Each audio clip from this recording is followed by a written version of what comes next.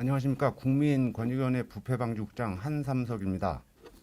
지금부터 2022년 공공기관 종합청렴도 평가 기본계획의 주요 내용을 말씀드리겠습니다.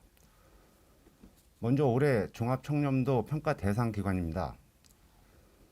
올해 평가 대상 기관은 중앙행정기관, 지방자치단체, 시도교육청, 공직유관단체, 그리고 국공립대학과 공공의료기관 등 총 573개 공공기관입니다.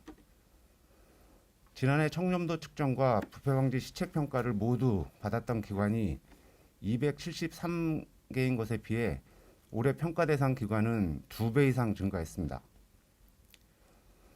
중앙행정기관과 지방자치단체, 시도교육청, 그리고 공직유관단체 중 공공기관 운영법상 공기업과 준정부기관은 전수를 종합평가 대상에 포함했습니다.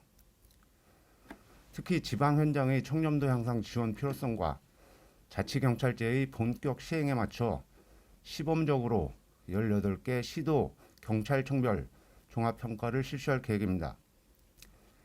또 5월 이해충돌방지법 시행에 따라 부동산 업무를 직접 취급하는 광역지방공사공단을 포함한 39개 지방공사공단을 평가 대상에 포함했고, 기타 공직유관단체도 정원 규모나 작년도 평가 결과 등을 반영해서 30개 기관을 평가 대상에 포함했습니다.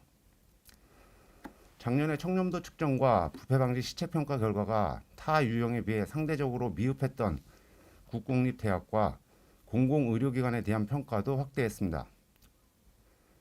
국공립대학은 입학정원 규모가 작아 지난해 평가를 받지 않았던 17개 대학을 추가해 33개 기관, 공공의료기관은 코로나19 전담병원인 지방의료원을 제외한 17개 기관이 대상입니다. 다음으로 올해 평가의 기본 방향입니다.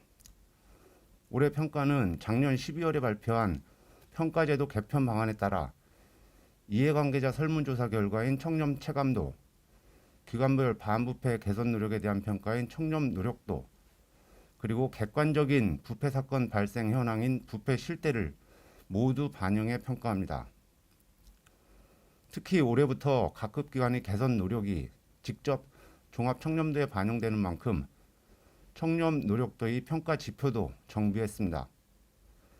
이해충돌 방지제도 운영 기반 구축과 적극 행정 구현 노력 지표 등을 신설하고, 반부패 추진계획 수립 이행과 기관장이나 고위직의 노력과 리더십, 그리고 부패방지 제도 개선 권고과제 이행 등 부패방지 제도 구축과 청렴교육 실효성 제고 등 핵심적인 기존 지표는 강화했습니다.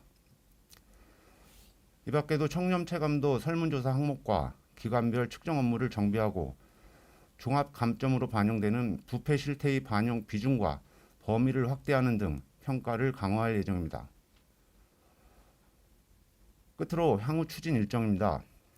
국민권익위원회는 이번 기본계획 발표 후속 조치로 올해 세부 평가 내용과 기준을 담은 평가 실시 계획을 5월까지 수립할 계획입니다.